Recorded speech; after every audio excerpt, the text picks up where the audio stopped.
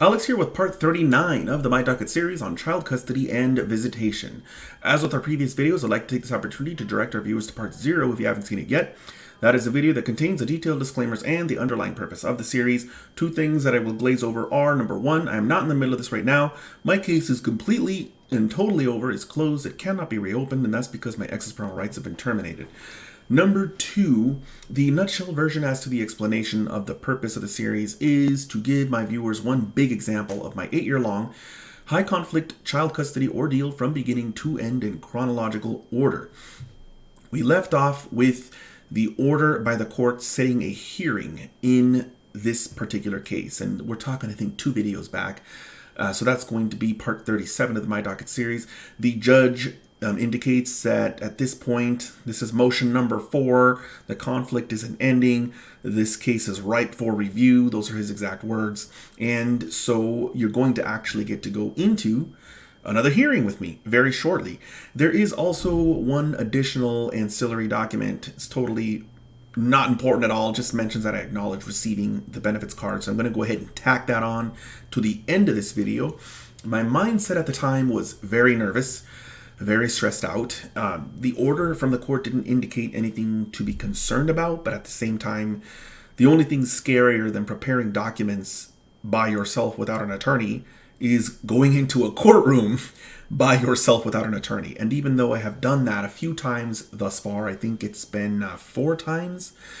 I've done one settlement, one review or status check, can't remember what they called it, and I've done the DV order of protection, and I could have sworn there was a 4th one, but now I just can't off the top of my head recall it. But the point I'm trying to make is that this is something that I've done a few times, but it's just one of those things that takes a long time to get used to, probably even for an attorney who has a license to practice law. It could take them 30, 40, 50 times before they get really comfortable doing something like that. So at this point, I guess we could go ahead and take a look at the video.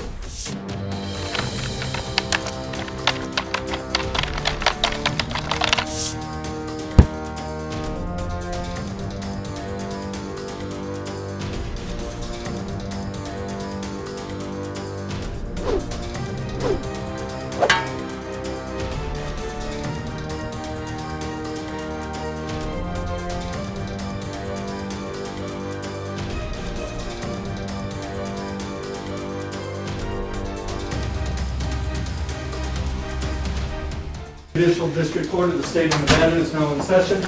The Honorable Chuck Weller presiding. Would the two of you please raise your right hands and be sworn?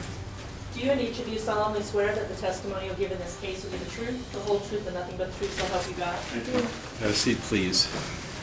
We're on the record in the case of Alexander Falcone versus Monica Farrar. Is that how you say it, ma'am? FV08-03200. Mr. Falcone is present without counsel. Ms. Farrar is present with her attorney, Ms. Berning. I noticed that in this file that custody of the child was determined on May 26, 2009, and father has filed a motion every 2 months since that time. Sir, what's going on here? Why do we need to have a motion filed by you every couple of months? So this kind of touches on 3 issues that I've talked about in the past. The first is that the judges really don't read anything. I'm starting to see now that there are actually a few judges who do read, but it seems that they are well into the minority. Most judges, they sit down on the bench, they get some kind of one sheet, piece of paper from whoever it is that works for them, and they see, oh look, 4 things have been filed. They haven't read any of the filings, they haven't read the oppositions of replies, they probably haven't even read their own court orders, so they have no clue what's going on. All they know is here's a person with a lawyer and here's a person without one, and the person without one's filing a bunch of papers. They must be doing something wrong. I talk about this in the video self-representation bias. If an attorney does something like this, oftentimes the judge will just be like, well, that's their job. But if a non-attorney does it, you can end up with one of these judges who has this attitude that you shouldn't be filing things. And if you are, you should only be filing like 1 within a certain amount of time. They come up with these arbitrary ideas in their head, which are both inconsistent with the law and your constitutional right to petition, and also inconsistent with the best interest of the child, because it's very well possible that each of those motions, as annoying as they are to the judge because they're going to have to do more work, that each of those motions has some merit to them. there are situations as well where people file meritless motions by the dozens, and those people need to be dealt with accordingly. The court has certain tools at their disposal to deal with those peoples, but they should actually read what's in the paperwork. They shouldn't just see the number and just stop there. And that's kind of what he does here, and that's what he's going to continue to do for some time. He really doesn't actually stop and read my filings probably until 2011 at the earliest. 2012 for sure, I start to get the idea that he's at least skimming through my filings. It's not uncommon at all for judges to not really read what you filed. I talk about this problem in the video Good Judge, Bad Judge, and I also talk about it in the video Wing It Judges. And this idea, they sort of justify it. They don't really lose any sleep over having an attitude like this. What they seem to tell themselves is that once the filings stop, everything's going okay at home. It's either a total delusion that they have, or it's just a lie that they use sort of as a comfort blanket. And in reality, you can intimidate a litigant into just going away. It is possible. You can do it by, just having the attitude that this judge has right now. Or you could do it with something much worse, like financial sanctions, which he does try to use on me later on. Anyway, what it does is it just terrifies the litigant into submission, and they just stop filing things. And then these judges just go along their merry way, assuming everything must be great now because they stopped filing papers, when in reality, the child is still being abused into oblivion. I talk about this in, I think I already mentioned this, but I'll mention it again, in the video fighting... No, it's not that video. It's in the video End of Filings is Not End of Abuse. So, it's a very... Dealing with this problem is complicated, and you end up having to sort of work around the court's dysfunction, even though you have to take actions that are kind of above and beyond what you should have to take as a litigant. You just kind of have to do it. You kind of have to work around the problems of the judiciary. And in this particular case, I end up having to pick up on his cues and just go above and beyond more so to show that I'm trying to work things out without going to court. It doesn't really help me. He still does continue to get annoyed with me over and over again, but it is at least a step in the right direction. The most damage that he does with having this attitude is not understanding how a mental health, how a high conflict ex with mental health issues or a severely emotional immature ex is going to take the same cues. She takes these cues very differently than I do. She goes and thinks, he doesn't like when he files things. And so what she does is she starts to deliberately push the boundaries going forward, which is going to trigger more filings. It's a very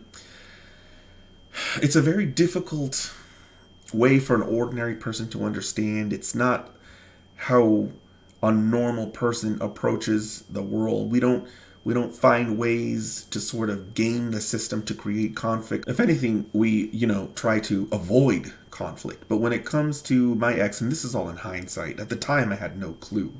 But looking back from all of the years that I'd, gone through the litigation with her, I started to see that the court really had a whole lot more power than it realized when it came to my ex's conduct. And what she would do was pick up on these cues and figure out how she can take the judge's sort of approach or thought process, worldview, and weaponize it, use it against him. And this is something that I've covered in so many videos. One of the best is exploiting good faith, where they take your good intentions, your good faith, and they find a way to turn it into a weapon and use it against you. It's not just that they do that to you as their opponent. They also will do it to your attorney, their attorney, the judge, anyone that they possibly can. It's a very different way that they approach dealing with these problems, and it's a way where the solution always involves more conflict. The first motion, Your Honor, was because I wanted to know the doctor's names and addresses and her benefits card because she wouldn't give it to me.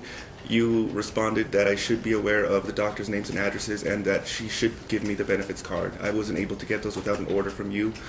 The other motion that was requested is a motion to set procedure for the doctor's appointments. Because why don't you try to work some of this stuff out before you file motions with the court? I have, Your Honor. Ms. Berning tells me that you have not attempted to resolve what we're here for today at all. So this is a pretty big problem right here, because it doesn't appear that he's, as I've mentioned earlier, read any of my paperwork, because if he has, he would see that I did try to work it out. And then he also points out the fact that my ex's attorney said that I didn't try to work things out. I don't know why judges do this. It's like, does it ever dawn on them that attorneys lie?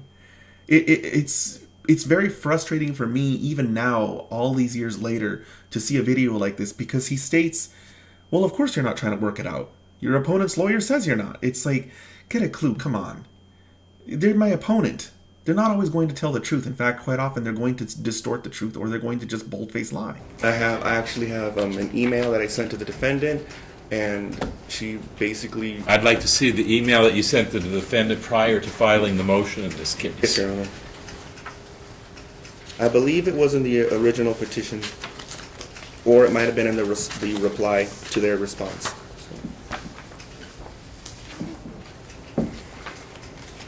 So you might have it up there as in the reply.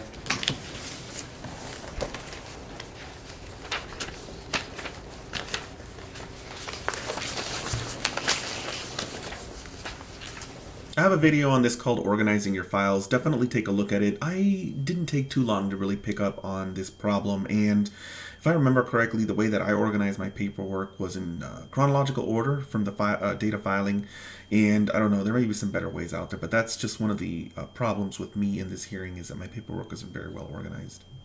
And this is actually a common problem with people who are representing themselves.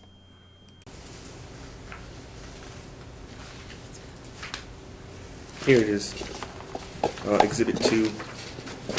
Here's her response on the top, and then if you just go further down, you'll see my original email to her. You have it, Ms. Berning? I believe I do. Yes, I do.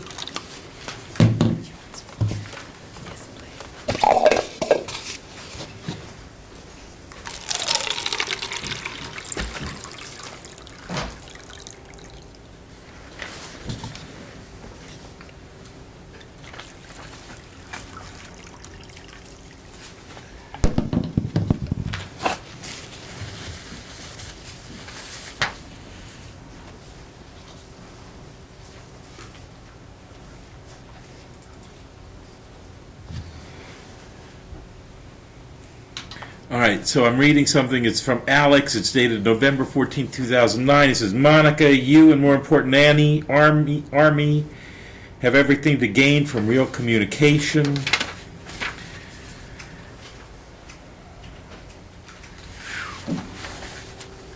This is rude, sir. I'm sorry, I was not trying to be rude. I don't know if you're trying or not. It's certainly rude. It built up to that. I was just trying to set Sir, it aside. it is rude. Have your mother read it. Have anybody else on the planet read it. This is rude.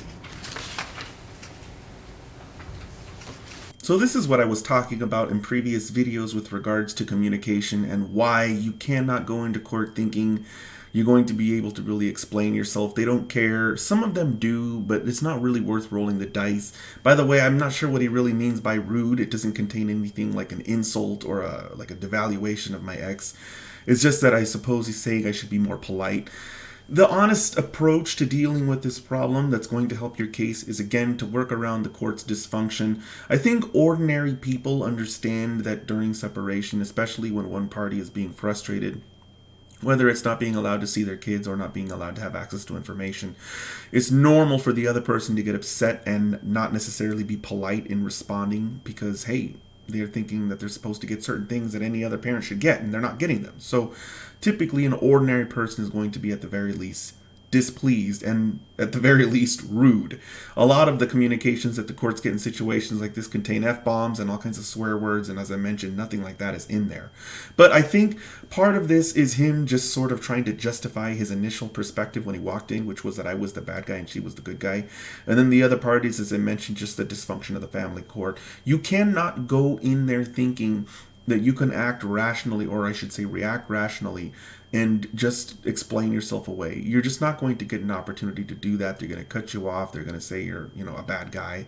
And so the best thing that you can do is follow the advice in the video communication, because you're going to have to sort of,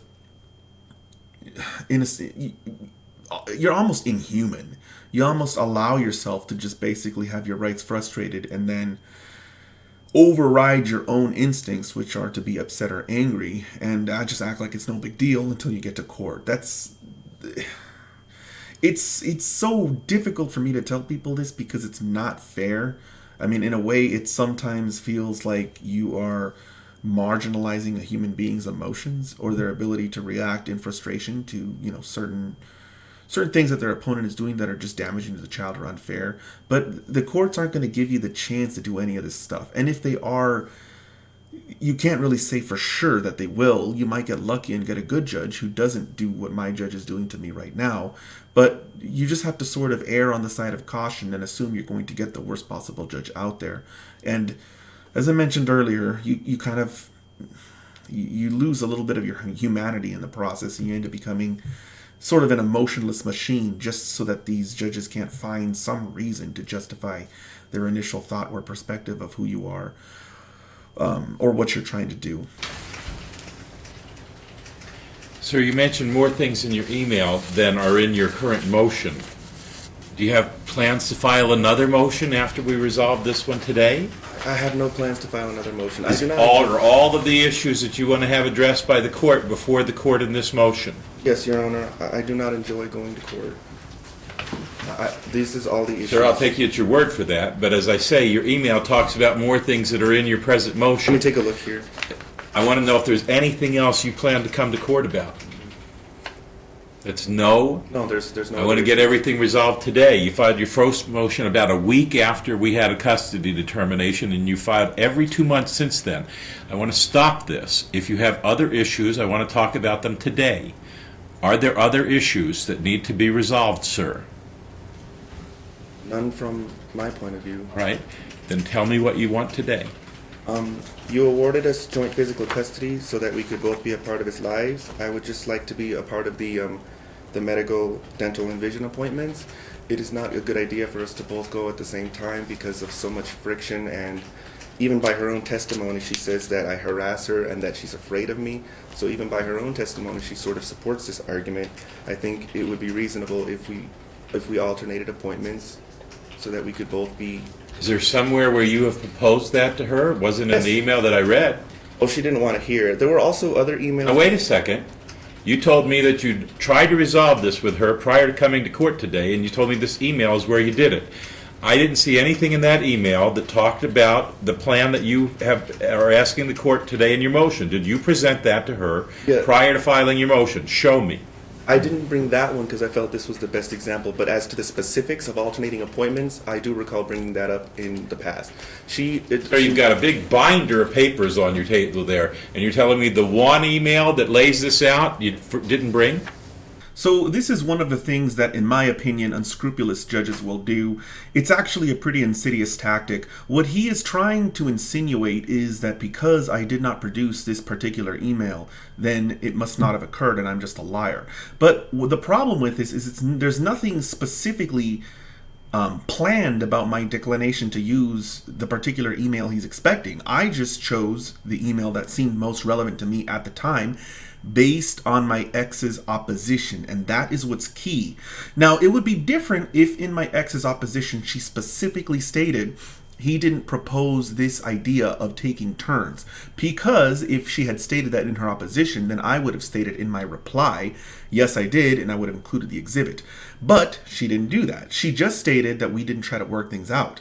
And so I just went and found what I thought was the best example, the best email at the time, and produced that in my, I think it was in my reply. If not, it was in the motion, but I'm fairly certain it was in the reply.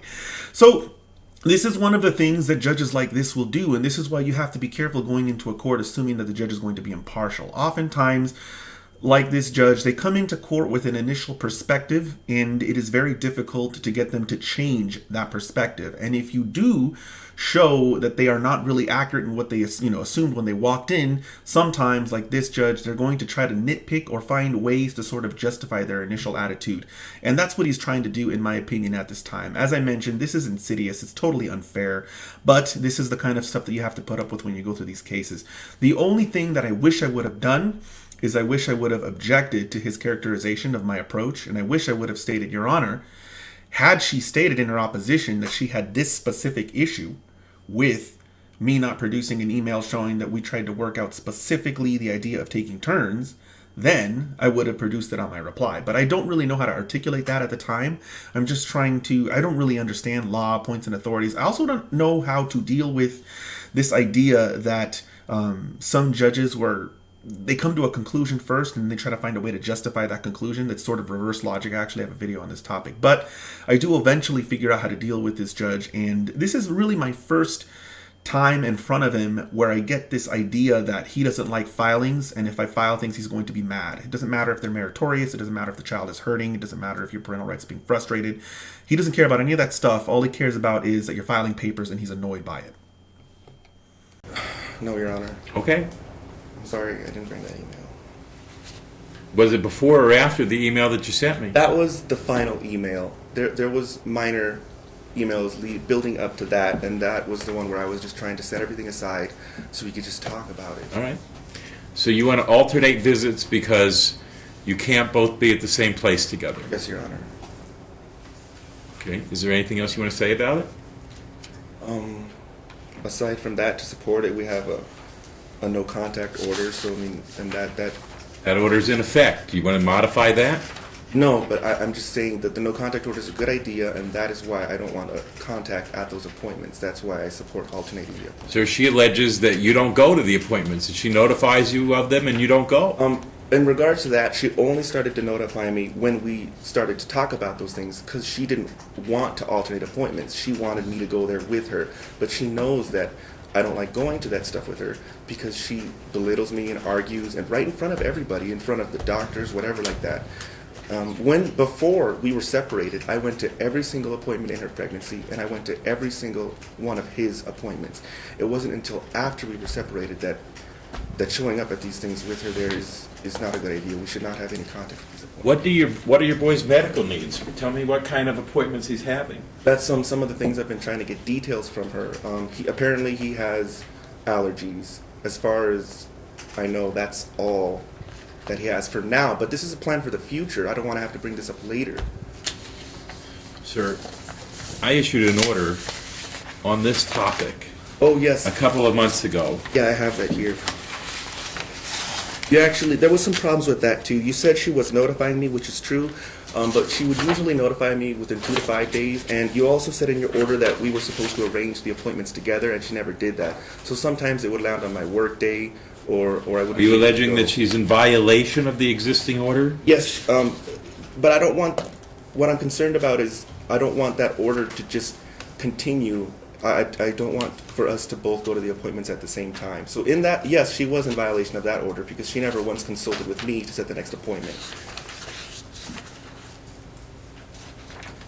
I do recall reading that. I'll try and help you find it. I printed it out before I came down, but apparently I left it on my desk. I have it here. I want to look at it again. Oh, here it is. I got it. Page 2. Paragraph 4. Okay, this order was issued on August 28th, 2009. You had filed a motion, sir, complaining that you weren't getting enough information. Right. Or the benefits card. Court said in its order, these parents are joint legal custodians of their son. One implication of that designation is that each has an obligation to inform the other about all medical attention that the child requires. The parents are required, except in an emergency, to consult together before setting appointments and to obtain medical treatment.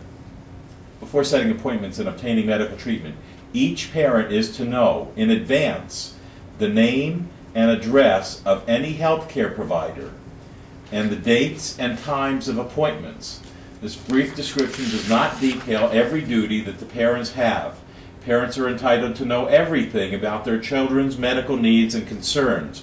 Joint custodians have a legal obligation to share that information in advance of treatment, except in emergencies. Has mother complied with this rule? No. Have She you? She does not consult before Have you? setting the appointments. No, I've been taking him to the appointments. She's been Have taking you him to made the any appointments for your son? No, she's been making all the appointments for him. All right. Is there anything else you'd like to tell me, sir? No, I would just like to be alternating the appointments, and I'll be setting appointments when I'm there, and she'll be setting appointments. Sir, did you get an insurance card? Yes, she did finally submit it after your order. I do have the card now. The mother told me the last time we were here that the child couldn't see a doctor without her signature. Is that straightened out? Here's what that order said, that order 6 months ago. Mother contends that she can make no insurance card available to father and that her signature is required each time the child needs non-emergency medical care. The court has never before encountered such restrictive requirements.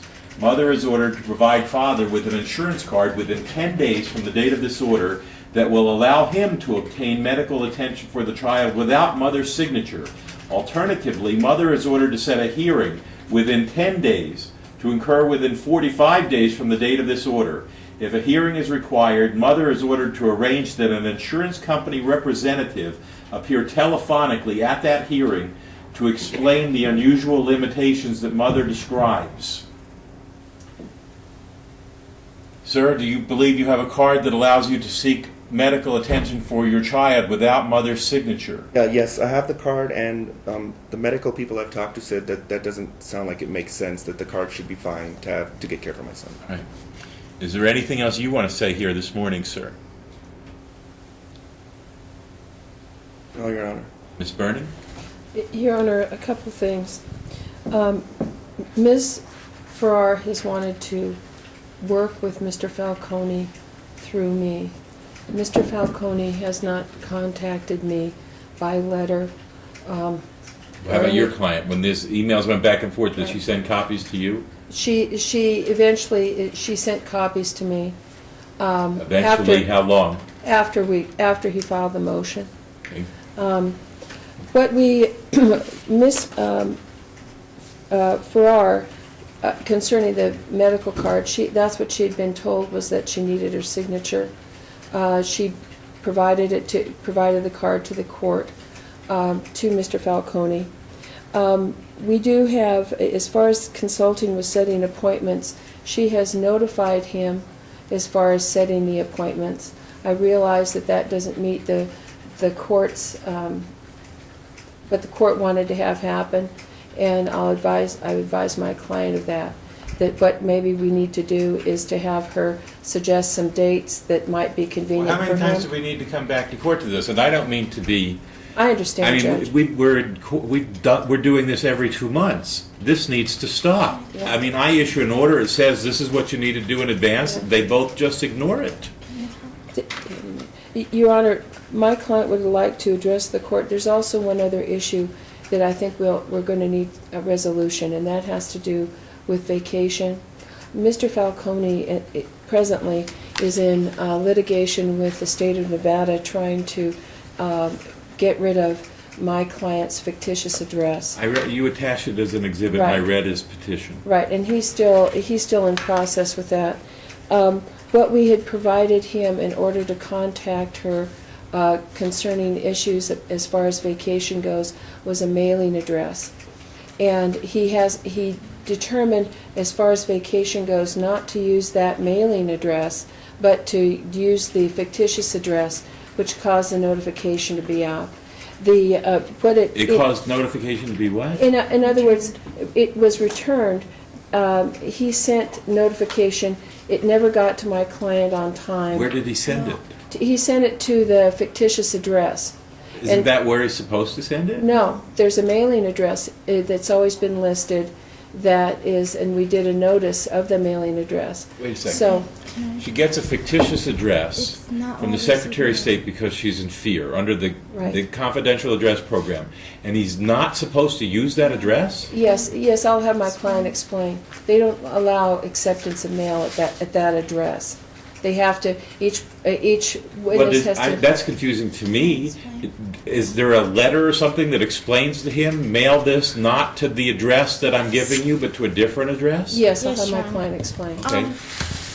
Actually, Your Honor, And before you get to that, I mean, as much as I want to hear it, it's not what we're here for. I mean, I'll hear it as a secondary matter. What I want to hear first is, I've just read to you an order that was issued in October of last year on the medical issue that we're here about. Why are we here again? Why have you not complied with that order? I've made doctor's appointments at the doctor's office, and then I've notified him of the doctor's appointments, which is how we've always made doctor's appointments. If he's never responded and said, "Oh, that date won't Ma'am? work for me." My question is, we've been to court about this as recently as 6 months ago. There's an order from the court saying this is the way it needs to be in the future. How come you haven't done it? He won't respond to my emails, sir. Excuse He me? won't respond to my emails. He won't. Do I have to wait for him to respond to make an appointment for my son? He has the opportunity to make an appointment for his son whenever If he you can wants. show me that you've sent him an email in advance of every appointment that you've made, then you've done everything you can to comply. Okay, in the thing that he filed, he has where he said that he wasn't happy with all the doctor stuff. I immediately went and made all these appointments and gave them to him and said, "Here," and he never responded to the email. He Well, put it in the you thing just that told me he you gave made me. them and then gave him notice. Well, how else am I supposed to make them? I don't know what the doctor has available until after I call them. If I called him or emailed him and said, "What's available for you?" and then tried to make that appointment and they didn't have The it. parents, this is from the order, the parents are required, except in an emergency, to consult together before setting appointments and obtaining medical treatment. His schedule changes. It's not like he could tell me one specific day that would work for him. I made appointments Ma'am, on a Monday, the Friday, order Wednesday, says and the parents Tuesday. are required, except in emergency, to consult together before setting appointments. Show me that you tried to consult with him before setting Wait. appointments. Well, I could cancel an appointment if he said that Ma'am, wouldn't work. It's in the show me future. that you tried to consult with him before setting appointments. So she knows she hasn't complied with the court's order, she's violated it, but she doesn't want to admit it. So what she's trying to do is to just explain why she doesn't need to comply with the court's order. She's trying to basically say, okay, yeah, so you ordered that, but it's dumb. I'm going to do what I want, and here's why. And so she has all these various different reasons. Usually, I imagine that people would kind of fall for that, but this judge is trying to really keep her sort of focused on his question, which is, I don't think something that she expected. Not like he's going to actually solve the problem, because this is going to continue to persist. And I think that is in large part because she has an attorney and because I don't. There were some questions earlier where he was focused almost obsessively on very specific types of communication that would have justified the 4 different motions that I filed. And I think that's because he's trying to find a reason to sanction me. I talk about this in the video, self-representation bias. Oftentimes, if you have an attorney and you file 10 documents, they don't care. It's just the lawyer's job. But if you're representing yourself and you file 10 documents, something's wrong with you. You're a harasser, you're vexatious, etc., etc. They just treat it differently when an attorney files 10 documents versus a non-attorney filing 10 documents. And so I think that's why I spent a lot of time on that. The fact that I had filed those 4 documents and he really wanted to drill down into the type of communication between myself and my ex to just sort of see if he could sanction me as having filed this document without a reasonable basis. Now, same exact thing that he's doing with my ex, I can see the self-representation bias again. If she was unrepresented, he would have blasted her. He might have even suggested some kind of punitive measure, but she has an attorney, and so this goes to, you should watch the video Best Interest of the Parents, because one of the problems with this way of thinking is that rather than the judge feeling bad for the self-represented party who can't afford an attorney, he feels bad for the wealthier party who can't afford an attorney because that party is paying money to their attorney. It's, in my opinion, it's very backwards. The person who deserves sympathy, if anyone, is going to be the poor litigant because they're going into court on their own without any help. Instead, they feel bad for the litigant with an attorney, the litigant with money, because that litigant is spending money on their attorney. And it's sort of like, oh man, you spent all this money. You should be at least getting something out of this. I also talk about this in the video Gender Bias a little bit. I am not of the opinion that gender bias is as strong as it used to be. In my opinion, self-representation bias is a whole lot more prevalent and insidious, at least with, again, my experience going through the legal system. I did see some signs of gender bias, but mainly what got in my way was self-representation bias. Well, I never called him and said, I'm at the doctor's office and I'm making an appointment for him for his Or an 2-month email, we're going to the doctor today, I'll set an appointment when I'm there. Show me that you tried to did. comply with I this do order have emails where I rather said I'm than sick today. ignoring it. Okay, I have emails where I said, we're both sick today and we're going to go to the doctor if you'd like to go, and we're making an appointment for, and he's never I'd like to responded see it. If you've got something that shows you tried to comply with this order, I'd like to see it. Okay, here's an email. And he responded to it on the 26th. It was on the 23rd. Ms. Bernie, you can approach with it. May I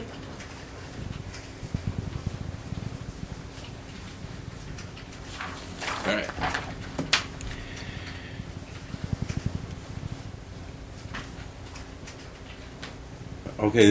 Okay, so here's from Monica. For your information, Army and I are really sick with some sort of flu throat thing, really sucky. That has been going around at my work. We just got it today, so I called in and we're going to Dr. McKenzie's in Sparks. You've been there. Hopefully we will be done in time to meet you at Denny's, but if we aren't, And he says, thanks for letting me know. Okay, this is an emergency. You're sick right now. You let him know in advance. I think this is fine. Do you have any evidence that you have tried to comply with this order in relation to any other doctor's appointment? Well, there's this one, but that was, here's all these doctor's appointments for the next Well, month. let me ask you a different way. Have you had doctor's appointments that you haven't talked to him about? Or attempted to talk to him? I understand he's non-responsive, and you can't make him respond. You can just handle your part of things. I haven't. Do you have other doctor's appointments that you've set without attempting to contact him? I haven't gone to any of doctor's appointments that he didn't know about ahead of time. And that's not the same thing that I just asked you. You mean I'm have not I asking called you him if and you said- set him and gave him notice. This says you're supposed to talk to him before setting him. You're supposed to consult with him before setting him. Have you tried to do that? No, I've never sent him an email saying I'd like to take him to an allergy doctor or what day would work for you. Why not? Because his schedule changes. What schedule changes? He doesn't have my schedule doesn't change. He doesn't know what his schedule is a week in advance. Ma'am, we're in court. Your lawyer wants to talk about vacation. My question is, why should I give you another order if you don't pay any attention to the ones you have already? Why are you in court wasting everybody's time asking for another order if you don't read and comply with the ones that you have? I just wanted to bring up one thing here. The judge says I'm non-responsive. This is tricky for people. Sometimes they misspeak. What he's trying to say is he knows that she alleges I'm non-responsive. The judges can't actually make findings of fact at these hearings. This isn't a hearing where he's taking evidence, which means testimony of witnesses and the submission of documentation, photos, etc. What he's trying to do is determine whether an evidentiary hearing is even required, and most of the time in these cases, the judges aren't even really looking at a problem through that lens. They're trying to just figure out how to make both sides happy and get rid of them without going into a full-blown evidentiary hearing. So some people might think, I need to speak up and clarify my ex just lied or the judge is confused. That's not true. But you have to understand the type of hearing that you're at, and you have to go in with the appropriate mentality, because this actually happens a lot when it comes to hearings that are not trials/evidentiary hearings, where the judge is just kind of, they're speaking from their own mind as far as what both sides can do at that particular hearing, which is to, raise allegations and request relief, not actually prove their cases. And for somebody who's not an attorney and they don't notice that, it can be kind of, you can be in fight or flight mode thinking, oh my God, all these things are being said and they're not true and I need to defend myself. But that's not the hearing at which you actually do that.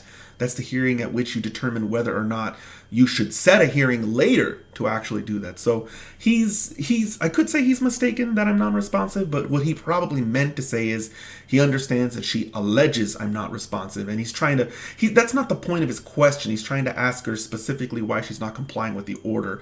He's not trying to ask her whether or not I'm actually responding to her.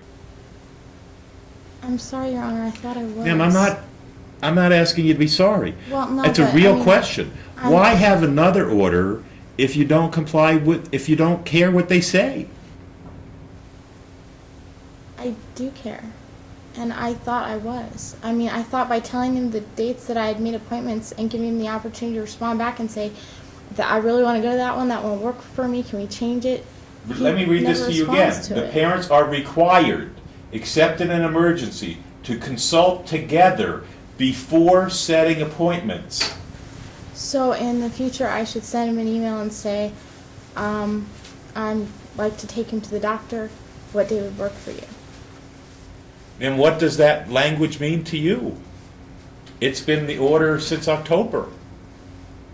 He doesn't ever respond to anything I send him. Judge, maybe I think what might help is some guidance from the court. These two parties aren't able to communicate really well. I think that maybe, I think Ms. Farrar understands that what she needs to do is, what she just enunciated is to say, I need to take Army to the doctor for this reason, at what time will work for you. I think maybe if the court could give some guidance if on Mr. Falcone's part of what happens if he doesn't respond, or what happens if it's not an emergency but she needs to make the appointment. With these two parents, maybe the court needs to give a little more guidance. I don't know what to do except underline it and put stars next to it. It's written in plain English. I don't know what to say in your response that they need further guidance. It doesn't sound like your client has attempted to comply, and I understand that he's non-responsive and she doesn't like trying to deal with him, but... So the judge is frustrated here, and he's actually right about his conclusion. First off, he doesn't understand high conflict child custody. Otherwise, he wouldn't be frustrated. He'd know what he needed to do. But the point that he brings up is, why should I create another court order if she's not going to follow the court order? It's a completely valid statement. So, and this approach is the approach the court continues to take. It continues to enter these court orders, and she continues to find ways to frustrate them. Eventually, one of the judges, not him, but another judge, his successor, takes care of this problem by severely curtailing her parental rights, basically stripping her of physical and legal custody. That's what he should have done from the get-go. But he didn't do that, and that's, again, because he doesn't understand high conflict child custody. What I mean by that is he thinks that we just can't get along and we need to just both grow up. But what's really going on is she needs conflict. She's craving this conflict. And so she has to find ways to continue the conflict. If she is a wonderful parent and she coordinates and cooperates with me and we can raise our son together, that's all great for our son, but that ends the conflict. That's a problem for her. So what she has to do is neglect him, abuse my parental rights, exercise her parental rights as obnoxiously as possible, because that triggers responses from me that thus continue the conflict, which she craves, which satisfies her need for more conflict. If he really understood this was the problem, then he would know what to do, but he doesn't understand it, so he doesn't. And you can actually kind of see this in the way that she responds to his questions. Take, for example, his question as to why she didn't comply with the court's order. She doesn't even really answer it directly. She doesn't say, I violated the court's order because, and gave a list of reasons. She kind of gave her list of reasons as to why she didn't comply with it, while sort of coaching that response in a way as if to make it appear that she did comply with the court's order. And the judge wasn't having any of that. He could tell that those were just excuses as to why she didn't comply. And one of the reasons, by the way, I've talked about this before I wish I could remember what video it was, but it might have been the video pretexting. I think that's what I call it. What she's doing is actually, she's making an assertion that's false while leaving herself an escape hatch if she gets called out on it. I really wish I could remember the name of that video. But for example, she could be honest about what's going on. She could tell the judge, I send him a whole bunch of inane messages where I devalue him, accuse him of things, etc., and he ignores those, and I don't send him the ones with regards to our child, his medical care, the appointments, etc., and that would make her look bad. She doesn't say that. What she says is, I don't respond to messages. And if she was to be called out on it, she would say, oh, well, look, here's 6 different messages that I sent that he didn't respond to. And the judge would take a look at him, and the judge would see, these have nothing to do with our son. They're just abusive messages. He's ignoring them because they're abusive. She gets lucky. And I think that this is something that she and other high conflict people like her do all the time, is they find a sort of scintilla of truth behind their assertion, and they make that assertion, which is false, it's a lie, but it still makes them feel safe or comfortable in that lie, because if somebody even looks into it, which most people don't, they'll be able to say, hey, look, it's true, here's some messages that I didn't send. Of course, anytime somebody actually digs into a situation like this, it can be quite infuriating, because when a person examines what's underneath the assertion that they made, they can see that this isn't what they thought it was. They're great at making a statement that makes things appear to be a certain way, whilst still having a way to defend themselves if they get called out on it. Again, if she makes the statement, I'm not responding to messages, it looks to the court like she's sending me a bunch of messages about her son and I'm just ignoring them. And if the court actually looks into it, she has an escape hatch from perjury because she can show the court a list of messages that I haven't responded to. The court's still going to be angry because they're going to say those messages don't need to be responded to in the first place, but she can just claim, I didn't know. I was telling the truth as far, as the way I saw it, but I didn't know that because he was ignoring my inane messages, it didn't mean that I should still send him messages about her son. I just thought I could use those as an example as to why I shouldn't send him any messages at all. I hope that this is something that people can kind of get their head around. It's very difficult if you haven't gone through a case with a high conflict X like this. For those of us who have gone through this, they know exactly what I'm talking about. It's that maddening way in which they can lie whilst having a sort of path of retreat just in case they get called out. And of course, they do reap the benefit on this on many occasions because most people don't actually look into things. Most people just take something at its face value.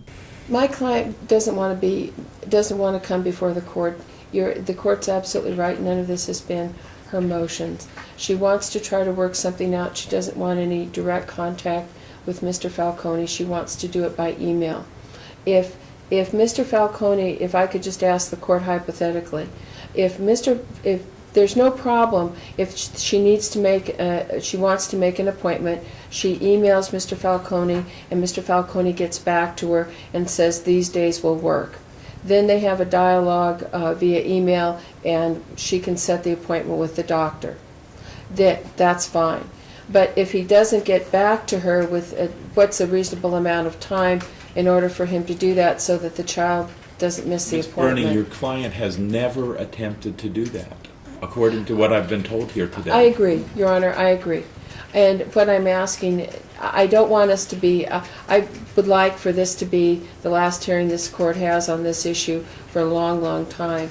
And what I'd like to do is see if the court can, I don't want to have another issue where because of Mr. Falcone doesn't respond, because he has been non-responsive sometimes, that we end up coming back here or have something, or my client puts herself in a position of being held in contempt of court. I think she understands now that she needs to contact him, say, I want to take Army to the allergist, what days will work? My question is what is a reasonable time for her to wait for a response from Mr. Falcone before going ahead and seeing to the health care of her child? I don't think that's the question. I would order anything that these two parents agreed on. In the absence of these two parents agreeing on something, I think that the law controls. I think what it said in the last order is what joint legal custody means.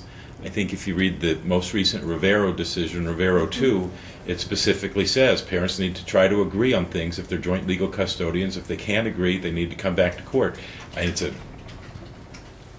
hope every time people have conflicts, they don't end up coming back to court. I don't know what else we'll do except deal with those sorts of things all the time. If these people truly can't work together, then rather than elaborate on a mechanism that's been there for 6 months and that is ignored, perhaps the thing to do is the Rivero decision also says that certain decisions in joint legal custodian can be given to one parent. Okay, I have to stop here. Now, what he just suggested would have been an excellent solution. I'm not sure if anyone here understands what he meant by that, but in Rivero 2009, the Supreme Court of Nevada stated that parents can share joint legal custody, but they can split up the specific portions of legal custody as to how. Okay, so for example, he could have us have joint legal custody, but I can have all decision-making authority with medical, and she can have all decision-making authority with educational. And this would have definitely solved the problem. And the reason I pause here, with this little bit of an excited tone is because I actually proposed a solution later. Later, I think 2 years from now, 3 years from now, 2 years or 3 years from 2009, I filed a motion specifically asking the court to do this. And He denied it. And the reason I think he denied it is because he forgot he suggested it. I partially filed it because I realized later that his approach was the correct approach. I realized that we can't get along because she needs conflict, and I probably recalled him suggesting this. I don't know. I may not have. I may just have totally filed that motion based on the Rivero 2009 decision. But I probably recalled that he suggested this, and I probably said, hey, why don't we go ahead and do what you suggested a couple of years ago? Well, I have a video called The Judge Does Not Remember You, and when the judge says something at one hearing, they will forget next time you end up back in front of that judge. And he does later on. I do file that motion. My ex opposes that motion, and he just denies it. And that's in large part, that is why I think her parental rights were terminated today. That kind of approach was the correct approach to take in this case. I wish he would have taken that approach in this case, but he didn't do that. And it's a missed opportunity for him. It's a missed opportunity to end the conflict.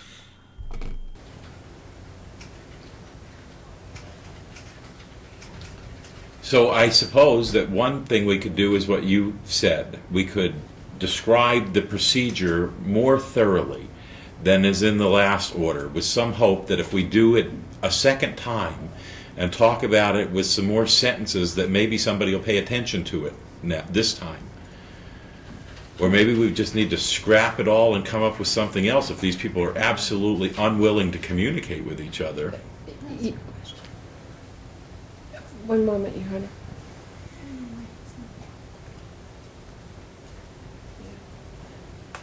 Your Honor, I guess what my client's concern is that Mr. Falcone has not gone to appointments, and while things change when parents become joint physical custodians and they're separated from one another. And it has not yet been a year since these parents have been practicing co-parenting. Both of them are relatively young, and I believe that what the court is thinking about, a more particular description, would be important. I believe that to do as Mr. Falcone suggests with alternating the doctor's visits isn't going to accomplish, is going to maybe cause a fractured kind of health care for their son. Currently, I understand from Ms. Farrar that there are no appointments pending for Army, and so we don't have the issue right now. But I think that my client really wants to do what the court wants her to do. I think she regrets not understanding the court's order more, and I think that part of it is looking at Mr. Falcone's email. It's hard to respond to a person who emails you this way in return, but she does want to work together. There have been times that we have, I know the court's read our opposition, where there's been a lot less cooperation, where she's needed to go and pick up Army at his home. There's been times where he hasn't responded. She wants to do the right thing.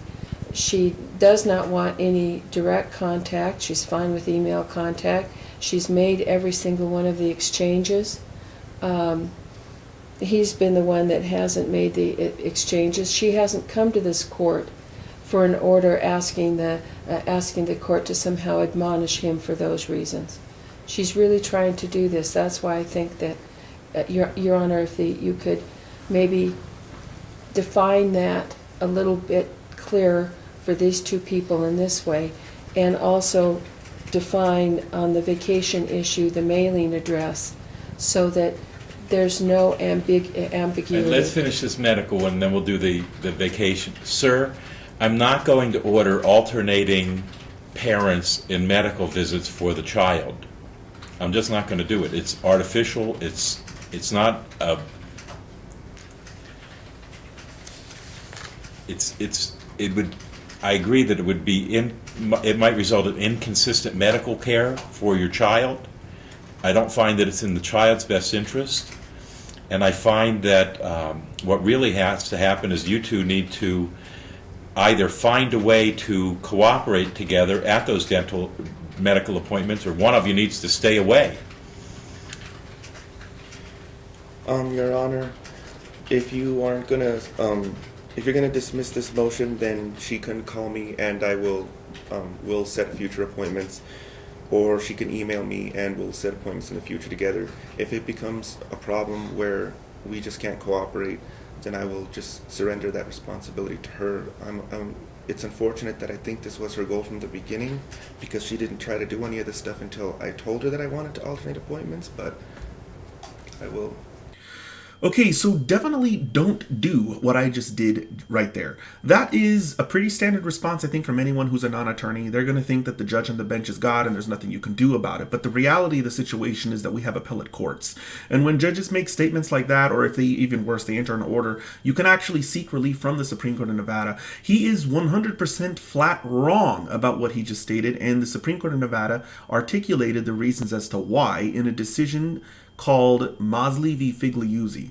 The decision in Mosley covered a problem judge where the judge decided, since we have conflict, we're just going to have to give everything to the mom. The reason the judge sided with the mom is because she's the one that accused the other of the conflict. What was really going on in that case is that the mother knew that if there was too much conflict in the case, then she was going to get what she wanted. So she deliberately created conflict in the case because that's what she needed to do to get what she wanted. And the Supreme Court of Nevada says that the appropriate approach by a judge is to first identify whether or not if there's conflict, and if there is, then the judge needs to actually look into the case and determine which parent is the one that is causing the conflict. The judge does not just take the accuser at her word, and that's what happened in that case, it was the mom, and side with her just because she's the one pointing the finger. It is very likely, and actually quite realistic in these high conflict cases, for the person who is accusing the other of conflict to be the one that is causing the conflict.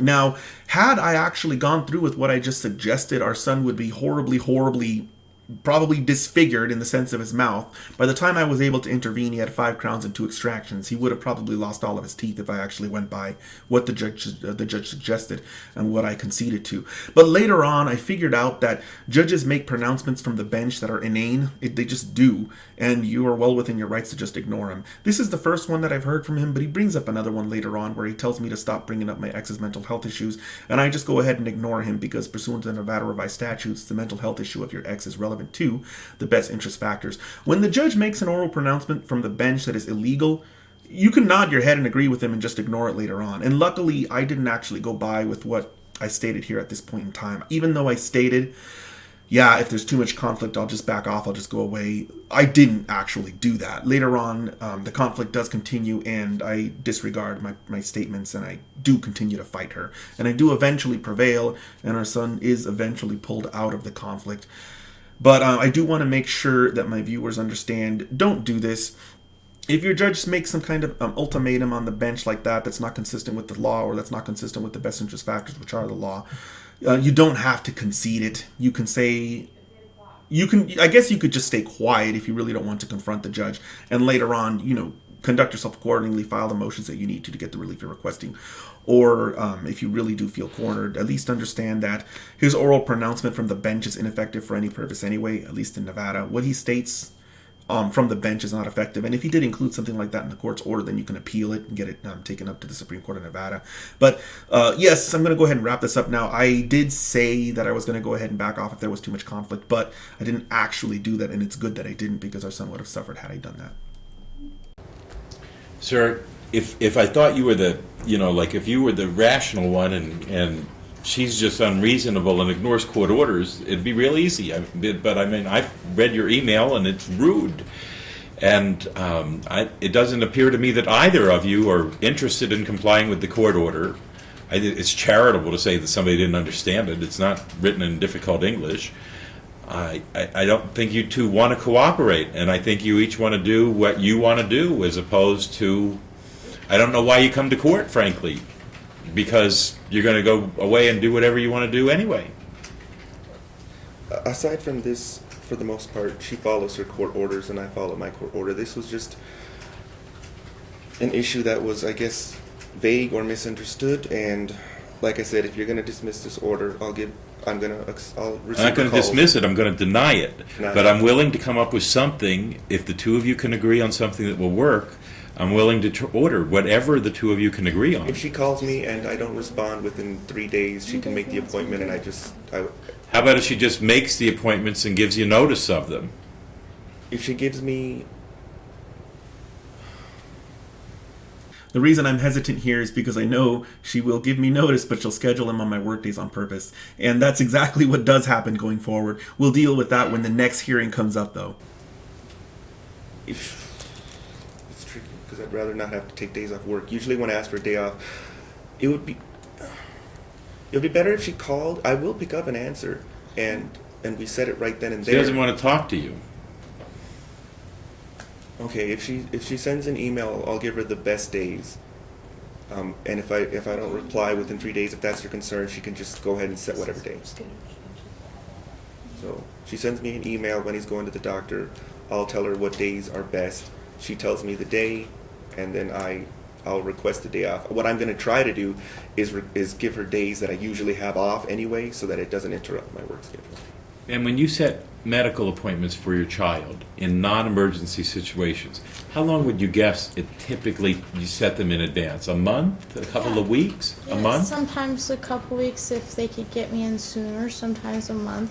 But so far I've had appointments on every day of the week except Thursday because I don't actually have him on Thursday. I figured that'd be presumptuous to make an appointment on a day that I don't have him. So I've had an appointment on every day of the week. I don't So know what if day she it gives was. you what if she sets them and gives you 2 weeks notice? I agree to it. You'd agree with that? Yeah. All right, then in non-emergency situations, mom can set whatever appointments she thinks is appropriate for the child. She needs to give you 2 weeks' notice. So, ma'am, don't set appointments in less than 14 days from the date you're setting them. You need to give Dad notice 14 days in advance by email. Your Honor, he said he has some days that he's usually off. I'd like to know what those days are. I have no problem making an appointment on any day of the week, and if he wanted to make appointments, I'd be fine with that. All he'd have to do is let me know that he made an appointment. Sir, are there better days of the week to make appointments than other days? The reason I wanted it in the order is because just in case jobs change. For now, at this point in time, the better days would be Monday or Tuesday morning. All right, she'll try for that. I've had And it might not be those times, but you'll get 14 days notice of any non-emergency appointment. Okay. Hmm. Okay. Does that settle this medical appointment issue? Yes, it does. Okay, let's talk about vacation then. So here's my understanding. She got a fictitious address from the CAPS program, but she doesn't want him to use that, and he used that, and then that Right. resulted in a slowdown. No. What I think would solve the problem is this, Your Honor, is maybe that we need to resort to either have Mr. Falcone, he has the P.O. box, he could mail notice there regarding the vacation, the longer vacation, so he'd have Army during that time so that she would have notice. Or the other thing would be email, that he could email, but the problem, we've had problems with that before. We have the P.O. box in the order, let me see, This one. yeah, we, in the It's an order. stipulation and order that was filed on September 28th between the parties, Mr. Falcone, we asked that Mr. Falcone, when the parties agreed, will notify Ms. Farrar of his intent to take vacation time with the minor child by mailing her a certified letter to her current mailing address, which is P.O. Box 9508. And so he And then after that, you got a fictitious address. No, Your Honor. No. No? Okay, on the day that this was a stipulation, he once again filed an order in the court, and we said that's something we can stipulate to. So she wrote it all up, and we both signed it. He signed it on the 21st of September, the same day that we gave him my fictitious physical address, because he requested it. I don't know what he'd use it for. I don't know what he wants it for, but you ordered me to either give him my physical address or to see if I qualified for the fictitious address program, which I did. I assumed that was because you felt that if I could qualify the program, that would prove why I wanted to keep my address safe. And so anyway, I did. I went through all this stuff to get into the program, and I got the fictitious address. I only did it in response to the court's order. I use it now, and I'm grateful Well, to have it. let me explain why, though, ma'am. A father has a right to know where his child is. There's one exception under Nevada law, and that's this CAPS program. So So if you don't want to tell them where your child lives, you have to get into that program. Yeah, so I did it, and I'm grateful now because I can use it for all kinds of other stuff that keeps my address safe that I never anticipated. So I'm grateful that you told me about it. But he got this fictitious address, which you cannot send mail to the physical fictitious address. Ma'am, that's exactly what that address is. It's a mail But- drop. That's but- the primary no, no. purpose of They that have fictitious two address. addresses. One is a fictitious physical address, and the purpose of that is for, registering for a credit card where you can't give a P.O. box, you have to give a physical address, and other things that you would use a physical address for that you cannot, but you can't receive mail here. I know because I've had problems with one credit card because I gave them my P.O. box, but they still tried to send the mail here, and I didn't get it, and I had to call them and fix it. So he's always had my P.O. box, which I have always had. Wait just a second. I've dealt with the CAPS program over years, and you're explaining have a something to P.O. me that I box. don't know They have about. two addresses: a physical address and a P.O. box address. And when you send mail to the P.O. box, then it comes to whatever address you give them to send mail to. The send mail address I give them is my P.O. box. I've never, to this date, got mail that was sent through the fictitious P.O. box to my actual P.O. box because it causes turnaround to be increased by 3 weeks. And I don't see any reason to have him send mail to a fictitious P.O. box when I have an actual P.O. box. So And it CAPS delays gives- stuff by 3 weeks. CAPS has two possible addresses they give you, a physical address and a post office box address, and the mail drop is the post office box. Yes, but it delays your mail by 3 weeks, and they warn you if you use this for certain things, because I think they assume that you only have a physical address, so you have to use the P.O. box they're providing you to protect your address. But I have a P.O. box, so I don't really need the P.O. box they're providing me with in Carson because it would delay turnaround of my mail by 3 weeks. And if So do you think Dad was confused by the fact that you had a stipulation and then had a fictitious address about the same time? No, because the same day he signed this, saying that he would agree to send all of his certified mail to my P.O. box. It's the same day. So we In the just same need, office. what we need to do is, Mr. Falcone needs to do that rather than trying to send any mail to the fictitious address. And that caused a problem this fall with regard to vacation time. So we have that in place, we have the P.O. box. We just would ask the court, we just need to get Mr. Falcone's assent that he will use the P.O. box for those kinds of notifications. The other thing I would ask is a courtesy that before he files a motion, I'm always happy to talk to Mr. Falcone.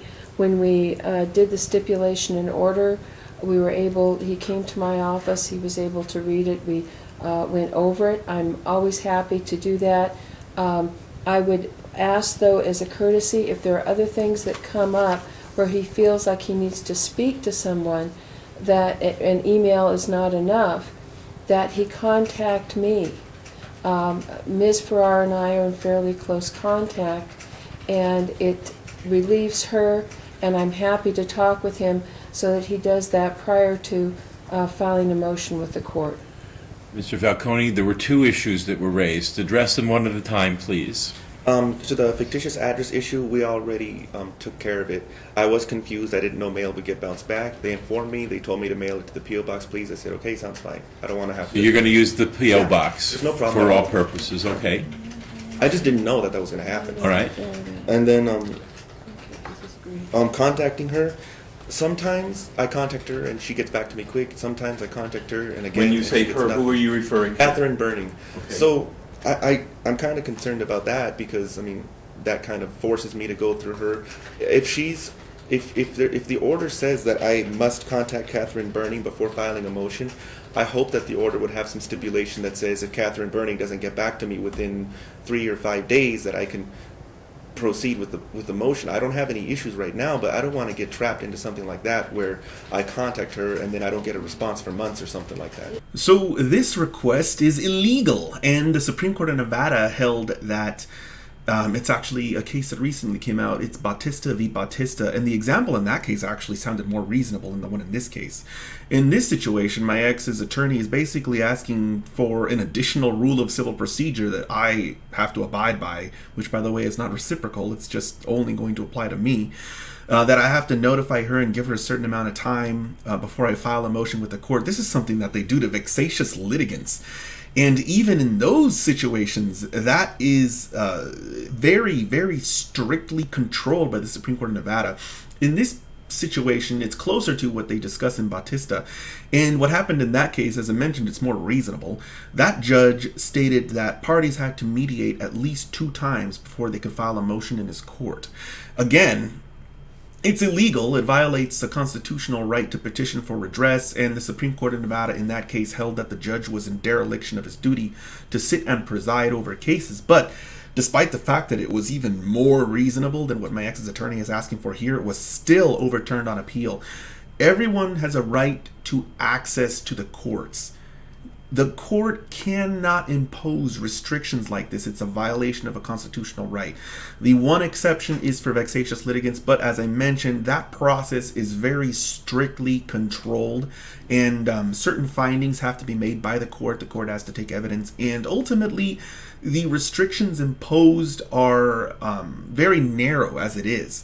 So I think I'm going to go ahead and just mention now that if you have an opponent who is trying to affect your ability to access the court, that opponent is violating your constitutional rights. The judge should know better in your case. I don't think my judge goes along with this. In fact, I'm 100% sure he doesn't, because I don't recall having to abide by a restriction like this. But it's pretty alarming that my ex's attorney would even think to ask. Your Honor, may I respond? Of course.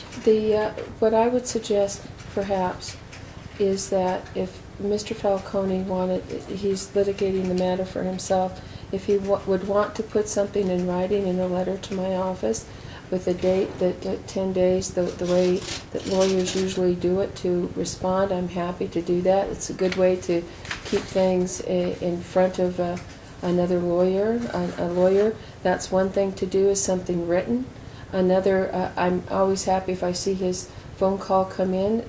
Sometimes it is busy in a law office, but I would make every effort to get back to him.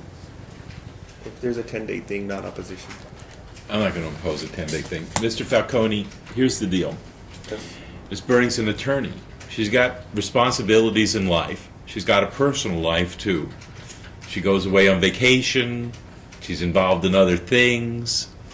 If you file a motion with the court, as you know, it takes a long time to get into court. You are dangerously close to me charging you attorney's fees if you file another motion with this court. It is unusual to get a motion every 2 months. So it's actually precisely these types of statements from presiding judges that are dangerous. When judges make these statements, most of the time, litigants, especially self-represented ones, go away. They just stop filing things. And this is what I was talking about in the video, end of filings is not end of abuse. If this judge would have gotten what he wanted, the effect that it would have had on my son is just unimaginable.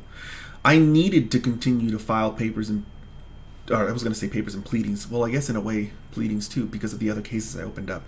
But I needed to continue to make filings because I needed to continue to bring attention, the court's attention to what was going on with him.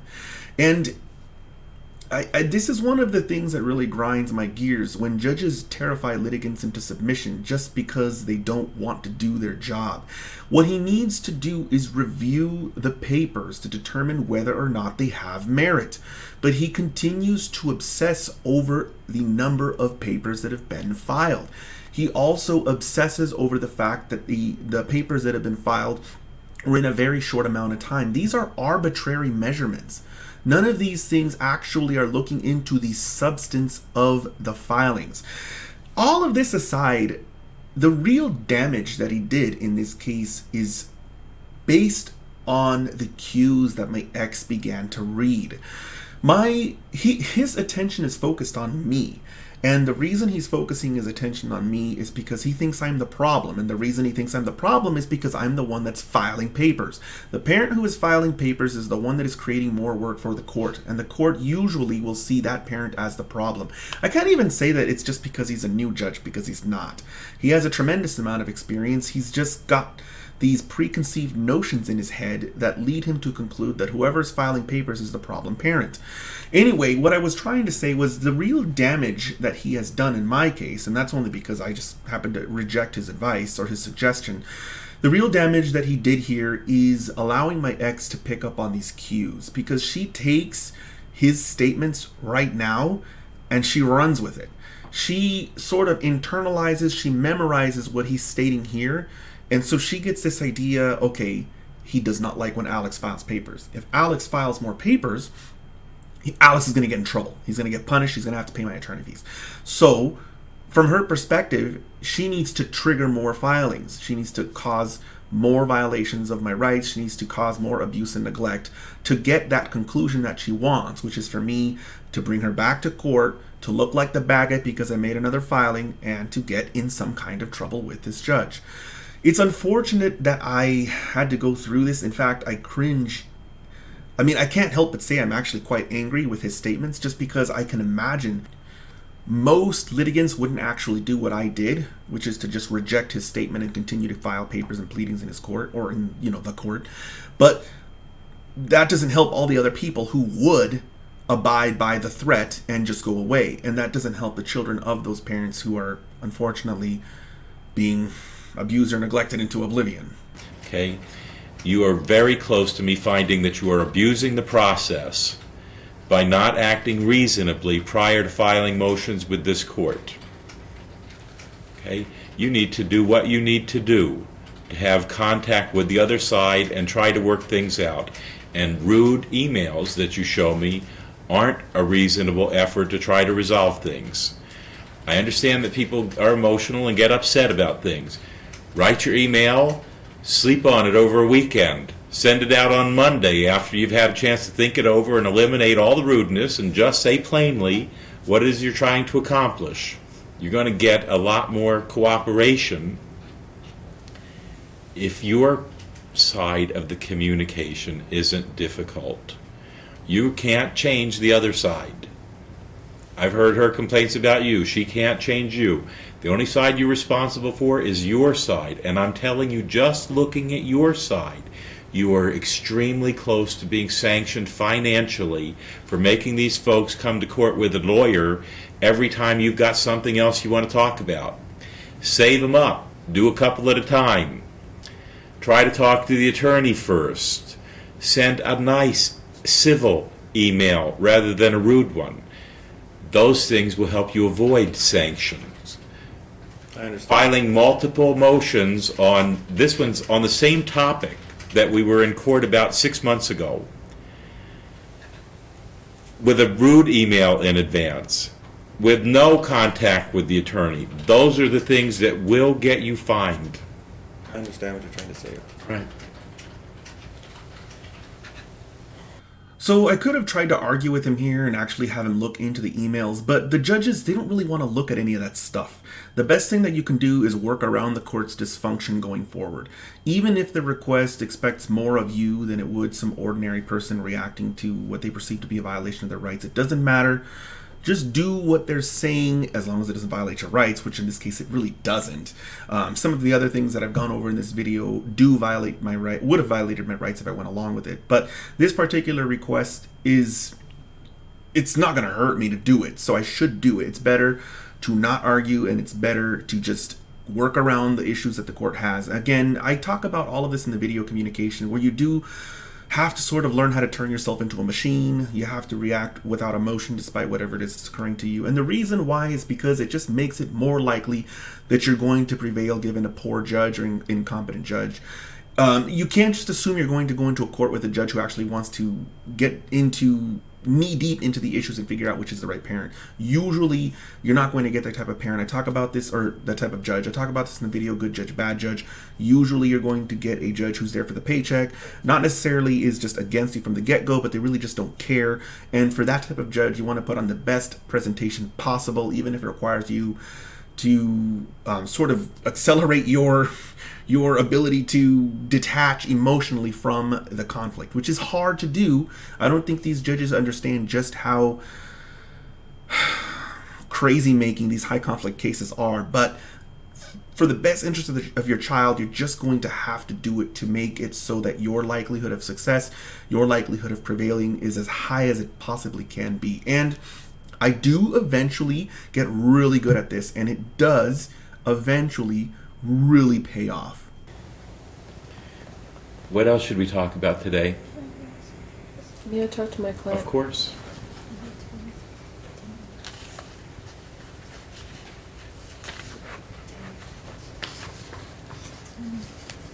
What date is that? December 4th, and caused me to cancel those. That he knew about in advance, a month in advance. And Your Honor, we would just ask the court to explain to Mr. Falcone the importance of making it to the exchange of Army. He missed an exchange, and I'll have basically what he told my client was that he wasn't going to make it, and that if she wanted Army, that she'd have to come get him. When did this occur? December 4th, Your Honor. Okay, and how many exchanges do they have a week? They have they have 4 a week. So this is a one-time thing, but the concern was it caused a doctor's appointment, and he has mostly complied, but what he need, again, this is a matter of communication, where he needs to be willing not to do that. She had to go to some extremes in order to get her child, to get their child back. So something happened? Do you know what caused it? I mean, it sounds like an aberration if you're doing 4 a week, and this happened in early December 3 months ago, and it's never occurred before or since. I mean, did something come up? I'll let my client explain. Okay. it has happened before, so much that you put it in the order that if he was more than 5 minutes late, that it could be brought back to court either for review of visitation or for contempt, which I didn't. So I'm not trying to cause problems, but I had to cancel the cell phone I had because he kept texting me over bizarre stuff, so my bill ran up, so I had to cancel my cell phone. Now he can only reach me on my home phone and my email through my lawyer, or by mail. So I was sitting in Denny's waiting for him, and it's past when he's supposed to be there, and the Denny's phone rings, and the Denny's person is like, "It's for you." So I pick it up, and he says that his car's dead because he left the lights on, and he won't be bringing Army. And I'm like, well, then take a taxi. It's your responsibility to bring him. It's not my... He killed the car I don't know how many times while we were together. It's not my fault, and it's not my son's fault. And he had an allergy appointment with a specialist the next day, early in the morning, and he'd known about that for a month. And I told him that. And he said, well, then you can come pick him up at my house. Well, he's the one that requested it, and I'm fine with it, that we not go near each other's residences. And that's fine with me. I don't really want to go near his residence. He still So this is the day before the appointment. When did you finally get your child? Well, I called the cops, and the cops, but it's not... He had a broken car. He tracked you down at Denny's, and you called the police? Well, because he kept hanging up on me, and he would not bring my son back. He would not bring him. You know, so yeah, I did. I called him, and eventually we went. I wasn't going to go over there alone. Did you He still brings get a your gun child every in time time. for the appointment? No, I got him so early in the morning that I was too exhausted to drive by that point. You were too exhausted to drive. I was so Why didn't you tired. take a taxi? He was supposed to take a taxi because his car broke. If you were too exhausted to drive, why didn't you take a taxi? It was a huge allergy appointment. It was going to take 2 hours to do. You have to hold your child the entire time. I wouldn't have been in good condition to take care of Why my were you child. exhausted? Because I was up all night Why were you up all night? waiting for the cops. He wouldn't have brought my son in time to go to the appointment, and I didn't realize it was going to take that long for the cops. Ma'am, does to get any there. of this strike you that you were unreasonable? I didn't realize it was going to take the cops that long. Ma'am, aside from that, how about calling the cops? I mean, don't you think it was responsible for him to track you down at Denny's and explain to you that his car was broken? Don't you think that was responsible? And refused to bring him to me and insist that I come to his Just house. figure out a way, no matter what you've got to do. When I tried to call him back and suggest he meet me across the street with friends, he wouldn't answer the phone. I have it on camera. You have it on camera? Yeah, I had my camera with me and I videotaped myself trying to call him. You video yourself calling trying him. to call him and he wouldn't pick up. Your Honor. Sir, what's your side of this? At 1 a.m., she's right. My car battery's dead. I tracked her down at Denny's. I called her. I said I couldn't make it there, but I offered her the 7-Eleven, the Wendy's that I could walk to. I offered her both of those choices, and she just kept saying, "It's not my responsibility. This is your problem, not my problem. You better find a way to get here. You're in contempt of court." I told her I can't get there. My car's dead. The baby's freezing cold because it was in the middle of winter. I mean, I understand if she wants to make it inconvenient for me, but if it's going to affect him like that, I didn't think it would be so difficult for her to just come to the Wendy's or 7-Eleven, which I could walk to. Then after that, she kept calling me saying, "Why aren't you here? Come here. Why aren't you here?" So after about the second or third call, I figured she wasn't going to come. So, I mean, I did stop picking up her calls after a number of calls. So I don't know if she was going to capitulate and say, okay, she was coming. I got the impression that she was not going to do it, that she wanted me to somehow get there. And What did the police do, ma'am? They understood, and then they said I needed to bring it up in court. I told them, I showed them the Ma'am, order what that did they I had. do? They took me over there, and they got him for They me. took you over there? Yeah. They drove you in the police car to somewhere? No, they had me follow them. And they went there and they knew that he had a gun on him. He still shows up every time with a gun and a bulletproof vest. And I don't feel safe going over there by myself. And by the time I found a friend that was willing to go with me to meet him across the street, he wouldn't pick up the phone. How many times did you call? After he wouldn't pick up the phone, I don't know. How many Before times he did I wouldn't speak pick to up the him? I think call, I spoke how to many him times? twice. How many? Twice. Twice? Yeah, and both times he hung up on me. And then how many times did you call after that? I don't know, probably 10? 2 times. No, why keep calling him? If he's not going to pick up, he won't pick up. Once he won't pick up, he won't pick up. So there's no point in continuing to call him. Let me see if I understand. If he had driven to Denny's, you were willing to see him without the police. No. But when he suggested that it be 7-Eleven, you were only willing to see him if he had the police. If you had the police. No. I was willing to go there with a friend, but I couldn't find a friend right away that was up at that time of night that would go with So you me. called the police because you couldn't find a friend? No, I found a friend, and then once I found a friend, he wouldn't answer the phone. Ma'am, I don't understand. Why did you call the police? Because he wouldn't answer the phone to agree to go across the street to wherever. And He says that he offered to meet you where he could walk. no, he didn't. He said something about walking somewhere, and I said, well, I'm not going to meet you somewhere on a dark street alone. I'll call a friend and see if I can get a friend to come with me. And when I tried to call him back, he wouldn't pick up. 7-Eleven was open. That's why I chose that place. I thought she'd be comfortable because there She was. says you didn't pick 7-Eleven. She called a friend to go with her, but she had no idea where she was to go when she got this friend. And I have no idea where he When I was lives. trying to explain to her where it would be more practical to meet, she kept cutting me off. She wanted to call the police, Your Honor. That was set in her mind that she wanted to call them. The first 2 or 3 times that she called me that she picked up, basically the conversation went like this: "It's not my problem. You're in contempt of court. You have to find a way to get the baby here." Basically repeating those sentences. I believe her that maybe after a while, and she realized that I wasn't going to drag him out there and walk him up there or bus him up there, and a cab was a problem at the time because of my expenses, but she just wouldn't hear it. She wanted the cops, and when the cops came, they were very upset because she told them that I do this all the time, that I never show up, and so they came in with the impression thinking that I was hostile, that I was going to keep him, and I was like, no, I'm not. And they even wanted to check my battery. I took him down. They checked the battery. Okay, it was dead.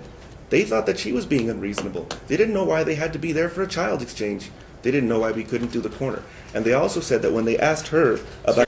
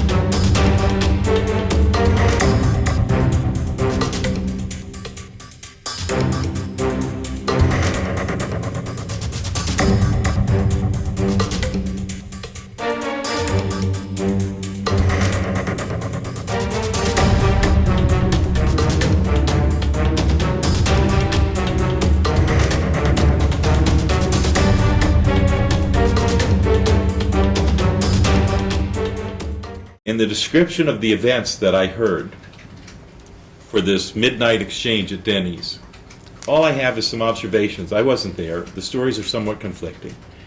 But it sounds to me that Dad acted responsibly. He had car trouble. He tracked her down at Denny's because she didn't have a cell phone. He said, "I've got car trouble. Let's find another place to meet." And it sounds like, and I don't know if all this is true, that she said, "I don't care. You've got to move heaven and hell. You've got to get the child to me. And if you don't, you're in contempt." That's unreasonable. If that's what you said, ma'am, and I'm not saying you did, it's just the story that I've heard. If you did that, if you aren't willing to accommodate the vicissitudes of life, the things that come up every day, you lost your cell phone for whatever reason, his car breaks down, there's snowstorms, I mean, things happen, and we all have to exhibit some flexibility in life. And from the story I've just heard, you didn't exhibit any flexibility, and that you were making a harassing number of calls and not listening, and he eventually stopped communicating with you, which is wrong. The fact is that no matter what's going on, you've got a baby that needs to be exchanged. And you can't just decide, okay, I'm not going to play anymore. I mean, I really can't sit up here and decide which or if both of you are acting childishly in the circumstance that you're describing. But what each of you should do in these circumstances is take the high road. You know, don't become involved in the pettiness and the arguing and the yelling and the harassing the police department, and don't play on the other person's low level. Keep yourself elevated above it. Be mature. If you can't work it out and the cops have to be called, that's fine. But I mean, I don't hear cops in this situation. Broken car, he tracks you down. I mean, I just don't hear that this was a situation where we should have bothered law enforcement who have other things to do. There were 2 prior situations when she... Wait just a second. The other thing I hear is, this was a long time ago in December. It does not sound like there's a continuing problem. So I don't hear an admonishment that I should come from the court to either of you, except both of you should try never to let something like that happen again. But it doesn't sound like it's a continuing problem. Madam, is it continuing to occur? Since he first filed in the court, I have had to make... Well, I don't know when 10 he first filed in the court. I don't know what you're talking about. He files all the time. Well, okay, since the first time he opened this case. Well, that was had to arrange a long stuff time ago. with boyfriends to go pick up my son from his house because his car had trouble. His car has had trouble 3 different times where... You lost your cell phone. Maybe he doesn't have a good car. I had to get a new one because he ran up my bill so high that I couldn't afford the text messages anymore. Okay. I sent him emails requesting that he only send me texts in emergency, like, I'm going to be late, or the baby's in the hospital, I need to get a hold of you. Instead, he would send me a text message, I dropped something off at your attorney's. I did this, I did that. I'm parking in a different spot today. Is that still a problem? No, he doesn't have my cell phone now, so it's not. I wish he could contact me by cell phone. I wish that if he was going to be late, he could text me, but I can't have that turned on because I had to get a new number because he ran up my bill so high I couldn't afford it. He was the majority of my texts. Out of all my friends and my boyfriend, he texted me more than my boyfriend did. This keeps expanding into more and more problems. Ma'am, what do you think could be done to make things smoother between the 2 of you? He just needs to change who he is? I don't know. What could you people do? don't change. What could you do to make things smoother between the 2 of you? Nothing. I don't know. I've tried. Tell me something. I pay a lawyer, which costs money, so that he has somebody to talk to who can talk to me. Tell me something good about him as a father. He's fun. He's lots of fun. Sir, what could you do fun. to make things smoother between the 2 of you? Well, I'll bring up 2 examples in the past. Sir, what could you do to make things smoother between the 2 of you? It's like my orders. You don't care what I say. Okay, I want you to respond to my question rather than tell me what you want to tell me. What could you do to make things smoother between the 2 of you? If she has a problem with car trouble, I'll go to a closer area. As far as the texting, I don't believe I texted that much. Okay. Even when we sit here and I say, please ignore what you want to say, answer my question, you can't even do it when we sit here in the courtroom. Try and talk to her. Try and be nice, not rude. Respond to her emails. I mean, Tell me something good about her as a mother. she's very punctual. She makes the baby happy. I don't believe she says any bad stuff about me to him. I mean, aside from the medical appointment thing, she always complies with her orders, aside from that. Ma'am, tell me one thing he does that you perceive as an attempt to be cooperative with you. If there aren't any, you can just tell me there aren't any. You don't think he ever tries to be cooperative with you? He's constantly harassing me, Your Honor. I'm sorry, I didn't hear you. He's constantly harassing me. I don't know what he wants. I don't know what it looks like for him to be happy. I don't know. He it doesn't matter what I do. When we first came to court, he said I sent him too many emails. And you said, par it down. Get specific. Don't say too much. So I did that. Then it's, I don't say enough. It doesn't matter what I do. He won't be happy with it. You know? I try. You know? I can't read his mind. He'll get upset about something that I never knew he wanted. You know? I don't know what he wants until he files it in court, and then he comes to court and acts like it's not a big deal or something. I don't know what he wants. Okay. I don't buy everything you're saying. I would do whatever if he Okay. wants me to send emails a different way on a certain day of the I don't week. buy what you're saying for a couple of reasons. One is you talk over me every time, several times in this conversation. You don't even follow the court's orders that are written in simple English. You don't even try to comply with them. So when you tell me, hey, I'm doing everything I can, I don't buy it. It just isn't true, objectively. It isn't true that you're doing everything you could do. Okay, so I could be talking to him before I make appointments with the doctor. That was the old court order. Okay, We've gotten rid of it. Yeah. But you could, try to read the next one. Yes, Your Honor.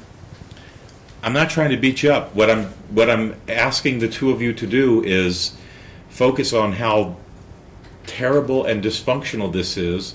And if you guys want to continue to live your lives this way, I can't stop you. I can't even change it. So I get a lot of emails from people who go through this type of situation with the judge who tries to sort of act as a therapist between the parties. And you'll get a lot of canned statements like you're both the problem, you both don't work together, etc., etc. It's nails on a chalkboard for anyone who's dealing with a high conflict ex because they're trying as hard as they can to work together. The other person is doing everything they can to create conflict. But to the judge, that means work. They have to figure out which one of those two people is the problem person. What he does is he kind of takes shreds of things that I've done and he tries to sort of say, see, you're just the same as her.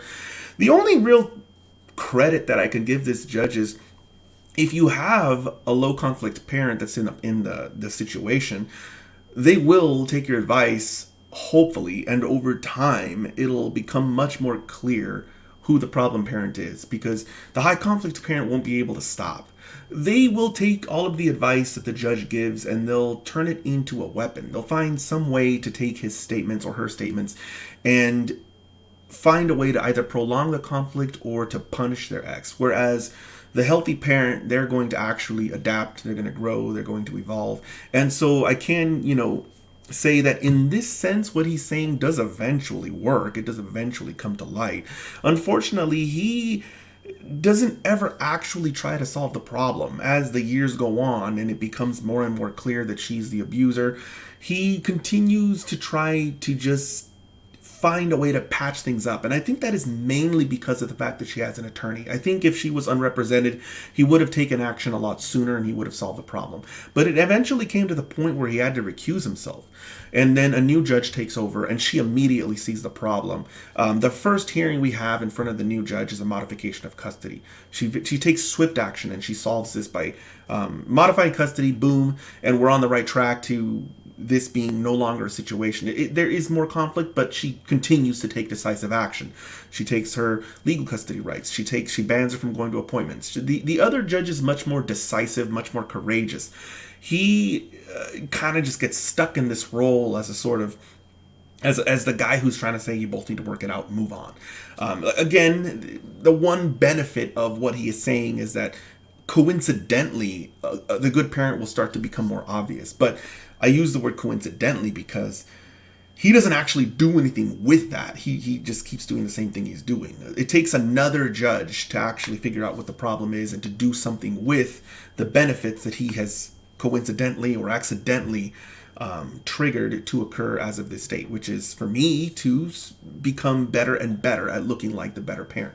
I stress the word looking at because I figure out just how important optics are in these types of cases, and I start to realize that it's not good enough to have good intentions, that I actually have to look like the better parent in an obvious one-sided way, which I have to tell my viewers is something that you should strive for, because it just goes into that sort of toolbox of making the judge's job as easy as you possibly can.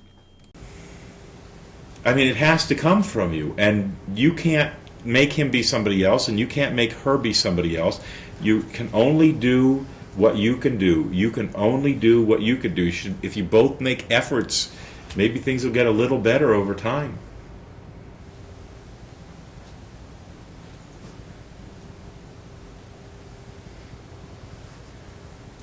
I don't know what else to say to you. Is there anything else that either of you would like to talk about today? Nothing further from Ms. Farrar, Your Honor. Sir? Nothing further.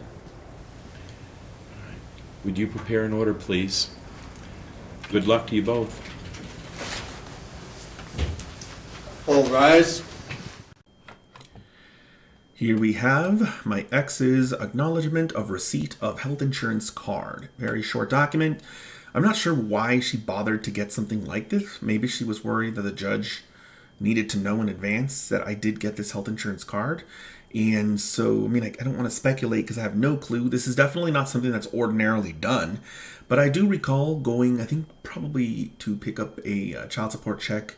And when I went to pick up the check, they asked me to sign this document. I took a look at it, and it stated something that was the truth. It states that I received the health insurance card from my ex, and because it's a true statement, I signed it. I do recommend that my viewers do the same thing. Some people will refuse to do things just to frustrate their ex's lawyer, make them have to do more work. They'll tick them off. They'll annoy them. I say, if whatever it is that you're signing is true, go ahead and sign it. And if it's got, it's different if it's filled with like legal terms and stuff like that that you don't understand. You should have some more concern about that. But all that, this lawyer is asking is, did I receive the health insurance card from my ex? That's not it's not illegal anything. It's just a factual statement. And yes, in fact, I did actually receive this card from my ex. So I went ahead and signed it. She attaches this affirmation to the back, which is something we've gone over like 50 times by now, but it just indicates that this document does not contain a social security number. The clerk will read that and trust us. In this case, it's my ex's filing, so the court will trust my ex. And that's it. Very simple document. Nothing ever came of it. It's just one of those things that my ex-attorney asked me to do. And consistent with my promise in this series to cover each and every document that was filed, I am including this document in the series. Going into the aftermath, I didn't file any documents, and so I incurred $0 in costs. My ex's attorney filed that one document we just went over. That also is free filing, so $0 in costs. I didn't have an attorney, so I incurred $0 in attorney fees. My ex's attorney would have charged for the entire hour that she was at the hearing. She would have probably also charged for preparation and for maybe waiting around. I don't know how long we were waiting in the waiting room, so I guess I'm going to just go ahead and leave that out. Let's just call it an additional 30 minutes prior to the hearing and an additional 30 minutes after the hearing. So that's going to come to a total of 2 hours in my ex's attorney fees, which is going to be $500 if we're using the rate of $250 an hour, which we've been pretty consistent with throughout the entire series. So $500 in attorney fees for my ex. And with that being said, as with my previous videos, if you have any questions, feel free to post them down in the comments below. And as with my previous hearing video, there was one portion of this video that was suppressed. You will be able to find a link to the unedited version of the video in the comments below. I already explained in the past why I do this, but it has to do with yellow flagging with YouTube yellow flagging my video when certain controversial topics are discussed in the video. So I like to put those portions into a sort of separate video that the more dedicated viewers can go ahead and look into. So as I already mentioned, go ahead and post them down in the comments below if you have any questions, and I will see you guys next time.